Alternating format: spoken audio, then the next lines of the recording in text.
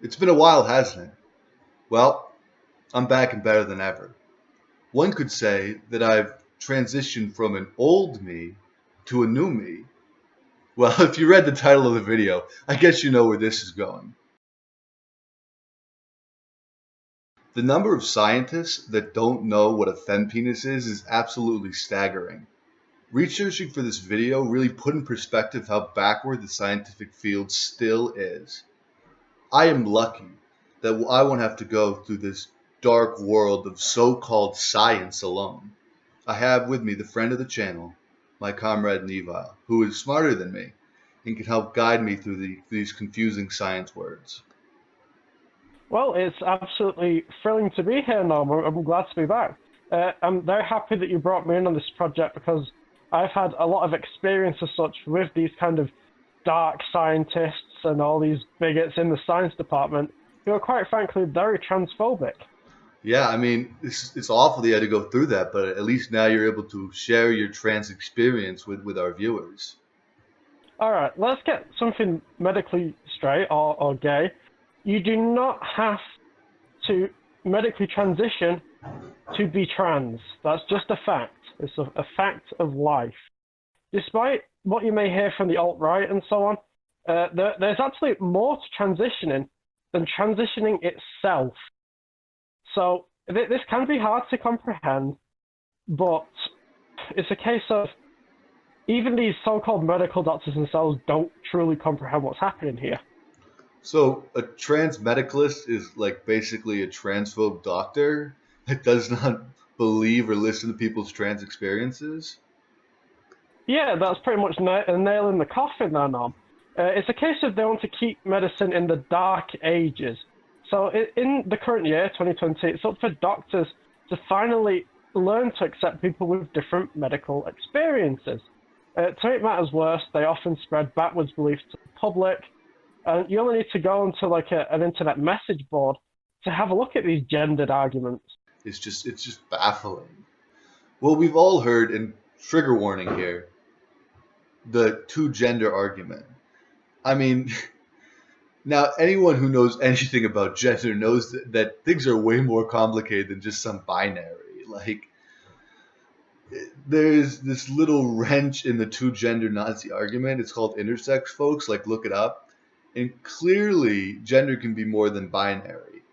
And there are just so many people who can't medically fit into either gender. And I mean, more than that, most smart people on this earth at this point accept that gender is much more than just a physical. Well, what I find really funny is that a lot of these alt-right bigots tend to kind of base their gender as such on biology. Yet these people always seem to have their Japanese hate cartoon waifus, and that's all made up. It's in their heads. So it negates their argument. Yeah, so like my gender is fake, but your anime sex doll is real. I mean, I just feel like biologists need to get with the program at this point. Like most of the world has accepted that gender is different from sex, and I just hate it when people ask what's in my pants. Journalism? What? Journalism in your pants.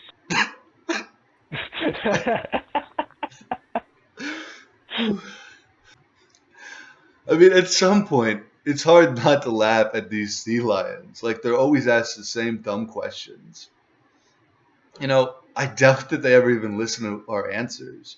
They just keep spitting their stock responses, like asking for sources or, whatever. Honestly, at this point, I feel like I'm starting to think that this whole science thing is just more trouble than it's worth.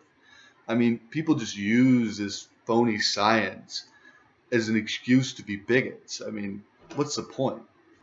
Well, hey up, Norm, are all scientists bad? Well, hashtag NotAllScientist. We have our very own scientist here on staff to talk a little bit about the science behind the gender experience. Hello, friends. Glad to be here, at least in the metaphorical sense. Make sure to social distance, everyone. So I want to say, of course, not all doctors. Many medical doctors seem way too obsessed with the two-sex theory, even when there's clear evidence for other sex such as hermaphrodites. This fact is, of course, conveniently forgotten when people assert real science of two sexes. But in truth, medical doctors have no say in gender theory. Gender is a psychological phenomenon, not a medical phenomenon. An easy way to remember that is, sex is between the legs and gender is between the ears. Even though gender can be placed in rough groups, everyone experiences gender differently, like fingerprints. Thus, gender and sex don't have to be related whatsoever, whatever that person feels that their personal experience is. Your gender is real if you feel it is real, and not related to outside validation or whether some idiot tells you that it's real or not.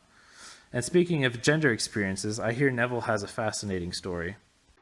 I've had awful experiences with all these dark sciences, gendered arguments, and all these horrific backwards scientists, and I use that term incredibly lightly.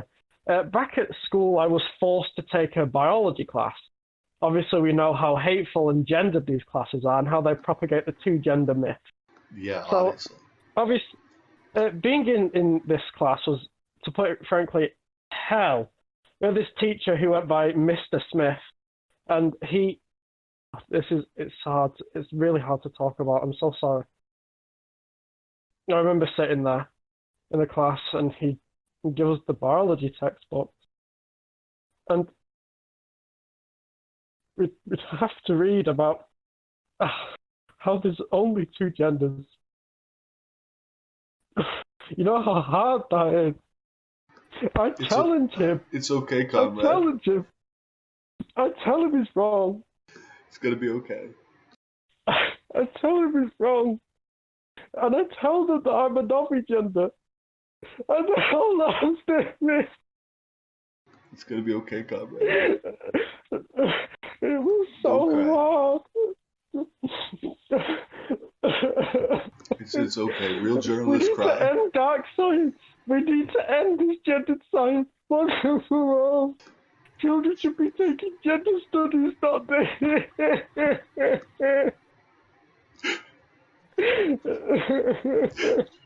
It's okay, Levi. It's okay. It's gonna be okay. For those of you that don't know, I've been transitioning for a long time.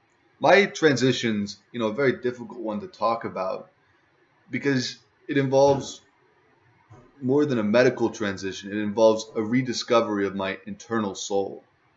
It's taken me a great deal of introspection and research, but I can say with complete certainty that I am born with a dragon soul. I am the dragon soul inside of this human body. Wow, that's brave. So brave, Norm.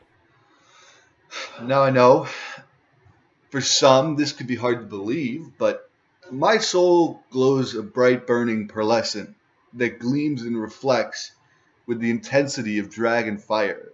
This dragon fire is what fuels me in my journalism. I've known for a long time.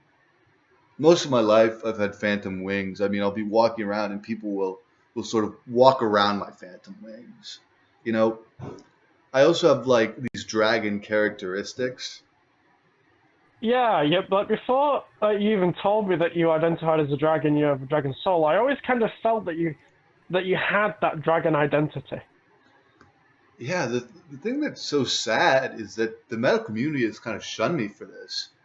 And some of the transgender community as well, honestly. I mean, not only do they want to put me on some sort of antipsychotics or whatever, but medical science has developed literally zero ways of like a mainstream surgery path for me, to make my outside look like my inside.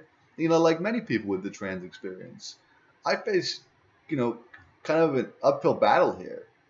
You know, it's hard getting people to accept my identity when most people can't even accept that dragons were at one point real. I'm just waiting for the day that I can go to the doctor, tell them about my dragon soul without them looking at me funny. I mean, that's just a dream, isn't it? It sure is, Norm. The day we get more doctors like the doc we had earlier on, maybe, just maybe, there is hope for us all. Yeah. Yeah, I'd really like that, Neville.